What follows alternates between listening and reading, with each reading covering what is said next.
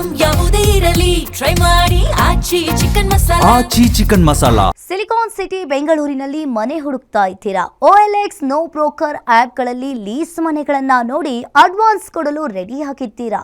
ಹಾಗಾದ್ರೆ ಸ್ವಲ್ಪ ಈ ಸ್ಟೋರಿಯನ್ನ ನೋಡಿ. ನೀವು ಸಣ್ಣದೊಂದು ನಿರ್ಲಕ್ಷ್ಯ ವಹಿಸಿದ್ರೂ ಕೂಡ ನಿಮ್ಮ ಹಣ ನಾಮ ಹಾಕೋದು ಗ್ಯಾರಂಟಿ.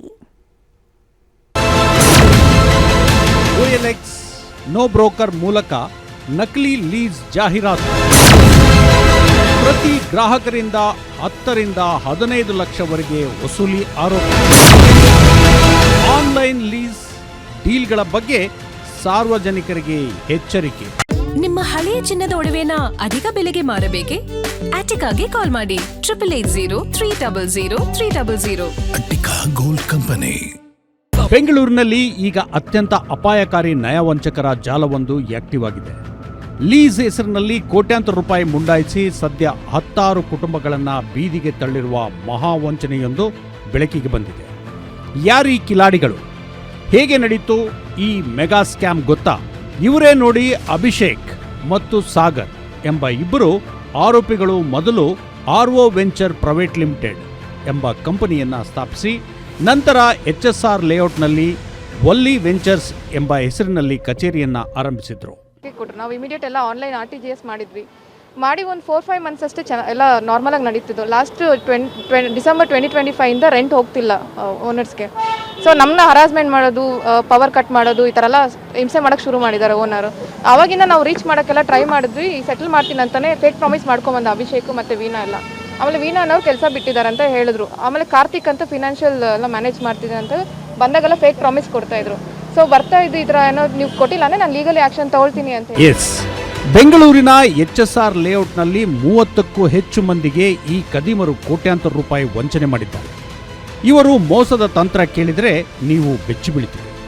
ಮೊದಲು ಇವರು ಬೇರೆಯವರ ಮನೆಗಳನ್ನು ಬಾಡಿಗೆ ಪಡೆಯುತ್ತಿದ್ದರು.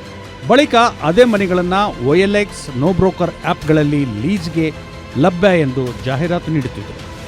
ಇದನ್ನು ನಂಬಿ ಜನರು 10 ರಿಂದ 15 ಲಕ್ಷ ರೂಪಾಯಿಗಳವರೆಗೆ ಲೀಸ್ ಮೊತ್ತವನ್ನು RO ವೆಂಚರ್ ಕಂಪನಿ ಹೆಸರಿನಲ್ಲಿ ಸಂಗ್ರಹಿಸುತ್ತಿದ್ದರು. ಗ್ರಾಹಕರು ಮನೆ ಸೇರಿದ ನಂತರ ಮನೆ ಮಾಲೀಕರಿಗೆ ಅನುಮಾನ ಬಾರದಂತೆ ತಮ್ಮ ಜೇಬಿನಿಂದಲೇ 3 ತಿಂಗಳ ಬಾಡಿಗೆ ಪಾವತಿಸುತ್ತಿದ್ದರು. ಆದರೆ 3 ತಿಂಗಳ ನಂತರ ಮನೆ ಮಾಲೀಕರು ಬಾಡಿಗೆ ಕೇಳಲು ಬಂದಾಗ ಗ್ರಾಹಕರಿಗೆ ತಾವು ವಂಚನೆ ಒಳಗಾಗಿರುವುದು ಗೊತ್ತಾಗುತ್ತಿತ್ತು. ಆ ಹೊತ್ತಿಗೆ ಆರೋಪಿಗಳು ಲೀಸ್ ಹಣದೊಂದಿಗೆ ಪರಾರಿಯಾಗುತ್ತಿದ್ದರು. ತಮ್ಮ ಜೀವನ ಪೂರ್ತಿ ದುಡಿದು ಗಳಿಸಿದ್ದ ಹಣವನ್ನೆಲ್ಲ ಕಳೆದುಕೊಂಡ ಮಧ್ಯಮ ವರ್ಗದ 10 ಕುಟುಂಬಗಳು ಈಗ ಸಂಕಷ್ಟಕ್ಕೆ ಸಿಲುಕಿವೆ. ನಮಗೆ ನ್ಯಾಯ ಕೊಡಿಸಿ, ನಮ್ಮ ಹಣ ವಾಪಸ್ ಕೊಡಿಸಿ ಎಂದು ಕಣ್ಣೀರಿಡುತ್ತಾ ಸಂತ್ರಸ್ತರು ಪೊಲೀಸ್ ಠಾಣೆಯ ಮೆಟ್ಟಲೇರಿದ್ದಾರೆ. ಹಾಗಾದ್ರೆ ಈ ಇಬ್ಬರು ಆರೋಪಿಗಳು ಸದ್ಯದ ಸ್ಥಿತಿ ಏನು? ಅಭಿಷೇಕ್ ಮತ್ತು ಸಾಗರ್ ಸಾಮಾನ್ಯ ವಂಚಕರಲ್ಲ. ತಮ್ಮ ಹಳೆಯ ಕಂಪನಿಯ ಮೋಸ ಬಯಲಾಗುತ್ತಿದ್ದಂತೆ ಆ ಕಂಪನಿಗೆ ಬೀಗ ಹಾಕಿ ಈಗ ಒಲ್ಲಿ ವೆಂಚರ್ ಎಂಬ ಮತ್ತೊಂದು ಕಂಪನಿ ಆರಂಭಿಸಿರುವ ಆರೋಪ ಕೇಳಿಬಂದಿದೆ. ಆದರೆ ಇನ್ನಷ್ಟು ಜನರನ್ನ ವಂಚಿಸಲು ಹೊಸ ಬಲೆ ಬೀಸಿರುವ ಶಂಕೆ ವ್ಯಕ್ತವಾಗಿದೆ. ಸದ್ಯ HSR ಲೇಔಟ್ ಪೊಲೀಸರು ಪ್ರಕರಣ ದಾಖಲಿಸಿಕೊಂಡಿದ್ದು ಆರೋಪಿಗಳ ಪತ್ತೆಗಾಗಿ ತೀವ್ರ ಶೋಧ ಕಾರ್ಯ ನಡೆಸುತ್ತಿದ್ದಾರೆ. ಮನೆ ಮಾಲೀಕರ ಅಸಲಿ ದಾಖಲೆಗಳನ್ನು ಪರಿಶೀಲಿಸದೆ ಯಾರೋ ಮಧ್ಯವರ್ತಿಗಳ ಕೈಗೆ ಕಷ್ಟದ ಹಣ ಇಡಬೇಡಿ. ಕೊಂಚ ಯಾಮಾರಿದರೆ ನಿಮ್ಮ ಬದುಕು ಬೀದಿಗೆ ಬರೋದು guarantee. Ajay Kumar, crime bureau, guarantee news, Bengaluru.